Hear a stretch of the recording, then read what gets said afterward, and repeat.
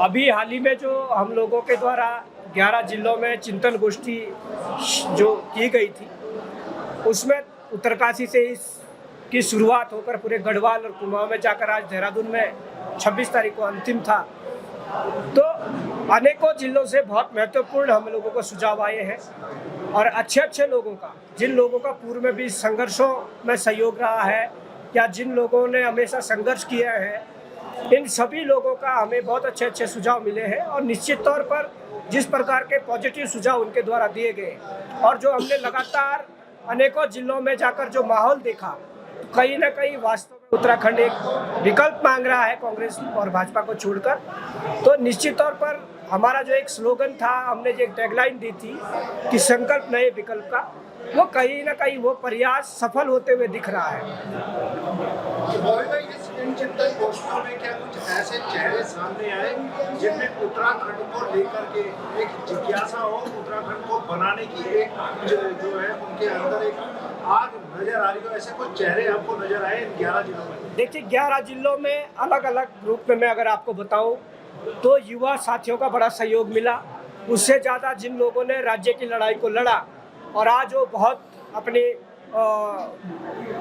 बुजुर्ग अवस्था में है, पर उन लोगों के अंदर जो तब की आग होगी, मुझे लगता है कि आज भी वो आग उनके अंदर मौजूद है।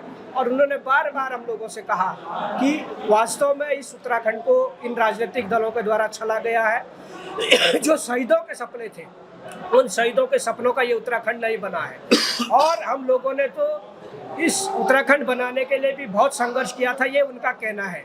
और अगर हम अब भी आप सब लोग एक मंच पर आकर इस संघर्ष को करते हैं, अब भी हमारी आहुति की जरूरत पड़ती है, तो हम इस उम्र में भी इस उत्तराखंड को बचाने के लिए उस लड़ाई में हम भी अपना सहयोग देंगे।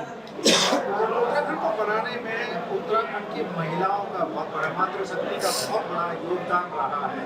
और आज भी जब हम देखते हैं कोई आंदोलन होता है तो उस आंदोलन में उत्तराखंड की महिलाएं बढ़ चढ़कर आगे आती हैं।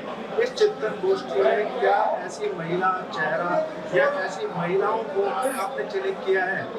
देखिए, बहुत सी महिलाएं जो अलग अलग जनपदों में, ऐसी महिलाएं जो सामाजिक सरोकारों से जुड़ी हुई है, सामाजिक कार्य करती है और समय समय पे ग्राम स्तर पर और क्षेत्र स्तर पर जिन लोगों ने बहुत अच्छे अच्छे कार्य किए हैं, ऐसी महिलाएं भी चिंतन गोष्ठियों में आई थी।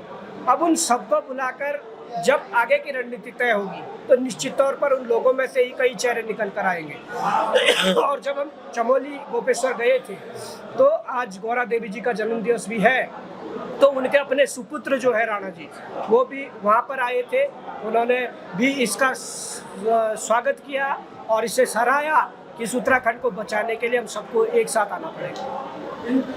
उत्तराखंड स्वाभिमान मोर्चा के जो चेहरे सामने नजर आए हैं, बॉबी कुमार, त्रिभुवन चौहान, मोहित डिमरी, हुसैन मास्टर जी और कई चेहरे, कईयों के शायद मैं नाम भी नहीं जानता हूँ, ये जो चेहरे नजर आए हैं, इन चेहरों पर लोगों का कितना भरोसा, कितना विश्वास नजर आता है? देखिए, ये जो सारे चेहरे हैं ये नॉन चेहरे हैं, अननोन चेहरा कोई भी नहीं था।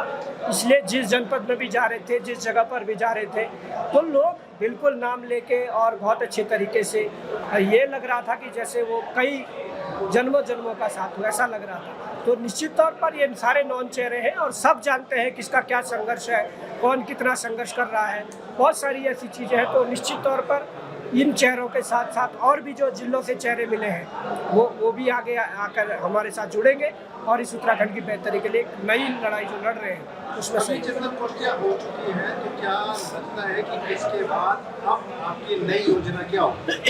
देखिए, चिंतन गोष्ठियाँ होने के बाद अब हम लोग जितने भी क्षेत्रीय राजनीतिक दल हैं, जितने भी क्षेत्रीय सामाजिक संगठन हैं, हमारी 2-3 टीमें बनेगी, जिसमें बुजुर्ग लोग भी होंगे, जिसमें युवा भी होंगे, महिला शक्ति भी होंगी।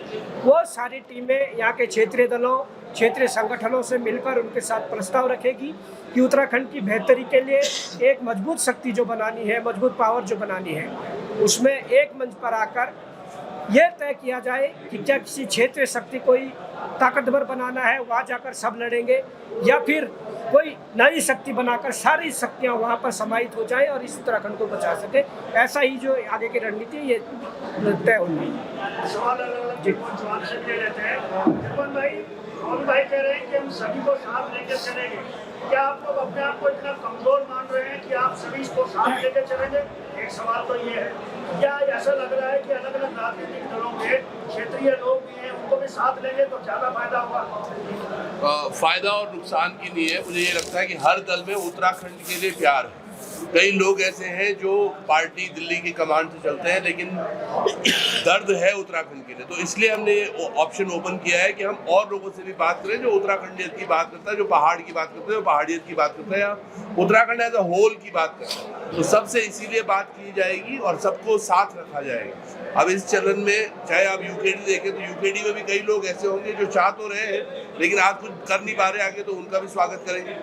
या फिर जो और 57 दल है तो सभी के साथ मिलकर बैठकर बात करेंगे। और यही जो जनता के सुझाव है ये भी काफी हद तक इसी तरफ इशारा कर रहे हैं कि भाई आप सबको लेकर साथ चले और तब एक मजबूत विकल्प जिसकी बात हम कर रहे हैं वो दे पाएंगे।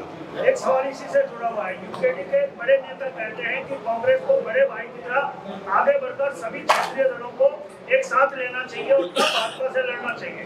अगर वो ऐसा करते हैं तब आपका निर्णय क्या होगा? ये तो भविष्य के गर्भ में अगर वो ऐसा बोल रहे हैं, पर ये समझिएगा हमारी लड़ाई दिल्ली के दलों से है। और अगर कहीं ना कहीं यह बात जो आप बोल रहे हैं कि यूकेडी इस तरह से अपना पक्ष रख रही है तो ये बड़ा दुर्भाग्यपूर्ण है। इतने वर्षों के बाद भी अगर उत्तराखंड क्रांति दल को ये समझ नहीं आ रहा है कि इनका स्टैंड उत्तराखंड के लिए है या दिल्ली के दलों के लिए प्यार है। जबकि बीच में अभी लोकसभा में इन्होंने वो गठबंधन किया था फिर तोड़ा, ये तमाम चीजें भी है। तो जो भी उस समय की जो भी गणित कह रही होगी, जो भी चीजें होंगी, हम उत्तराखंड के किसी भी व्यक्ति का दिल नहीं तोड़ना चाहते और ये चाहते हैं कि हम सब लोग जब लड़ रहे हैं तो मकसद एक है, उत्तराखंड को बचाना। तो जो उस लड़ाई में एक मत रखते होंगे सब साथ चलेंगे। और पर ये जरूर है कि दिल्ली के दलों से दूरी बराबर बनाई जाएगी। एक सवाल गौरव भाई से, भविष्य में अगर कांग्रेस ये कहती है कि ठीक है आपको 15 से 20 सीटें हम देते हैं, आप चुनाव लड़िए और आपस में सीटों के बंटवारे के आधार पे हम भाजपा से लड़ें, तो क्या स्टैंड बॉबी का रहेगा? देखिए, बॉबी कोई फैसला लेने वाले नहीं है। इसमें बॉबी के साथ तमाम ऐसे दल शामिल होने वाले हैं, ऐसे संगठन शामिल होने वाले हैं जो वहाँ पर मुझे लगता है कि एक कमेटी बनेगी, वो डिसीजन लेगी कि क्या होना है। पर जो भी डिसीजन होगा, हम आज भी कह दे रहे हैं, उत्तराखंड हित में होना चाहिए। और कहीं ना कहीं हमारा प्रतिनिधित्व तो विधानसभा के अंदर इस मात्रा में हो कि वो अगर सत्ता में नहीं बैठ पाए तो महत्वपूर्ण विपक्ष के रूप में और मजबूत विपक्ष के रूप में विधानसभा के अंदर दिखे। कोई लड़ाई आप भाजपा से मानते हैं या कांग्रेस से मानते हैं, या किसी के लिए कोई सॉफ्ट कॉर्नर नहीं है? दिल्ली वाले दल दोनों ही लुटेरे हैं। देखिए, लड़ाई जो हमारी है, लड़ाई हमारी अपने स्वाभिमान की है, अपनी ज़मीनों को बचाने की है, अपने संसाधनों को, अपने नौकरियों को बचाने की लड़ाई है। और इसमें हमारे वो लोग दुश्मन हैं, वो लोग दोषी हैं जिन्होंने इस राज्य को लूटा है। अब जनता को तय करना है इस राज्य के लुटेरे कौन हैं। भाजपा के वो नेता जो भूमाफिया हैं, जो खनन माफिया हैं, जो शराब, आप देखते होंगे भाजपा भी सत्ता में है, कांग्रेस विपक्ष में है, लेकिन कांग्रेस की भूमिका यहाँ पर कैसी है? लोकतंत्र में सत्ता पक्ष से महत्वपूर्ण भूमिका विपक्ष की होती है, जो जनता की आवाज़ को सदन में उठाती है। लेकिन आप यहाँ पर देख रहे होंगे कांग्रेस मित्र विपक्ष की भूमिका में है। हमेशा कांग्रेस ने सत्ता पक्ष के बचाव में खड़ी हुई है। तो आप समझ सकते हैं कि इस राज्य की असली दुश्मन कौन है। इस राज्य के असली दुश्मन, असली लुटेरे ये राष्ट्रीय पार्टियां हैं जिनका रिमोट कंट्रोल दिल्ली के हाथों में है, दिल्ली के इशारों पे नाचते हैं। तो लड़ाइयाँ, हमारे जो संघर्ष है, जो लड़ाई है, वो दिल्ली वाले राष्ट्रीय पार्टियों से है जिनका रिमोट कंट्रोल दिल्ली के हाथों में है। और जो हमारा संघर्ष चल रहा है, हमारी लड़ाई इस बात को लेकर है कि अब ये रिमोट कंट्रोल उत्तराखंड की जनता के हाथों में होना चाहिए।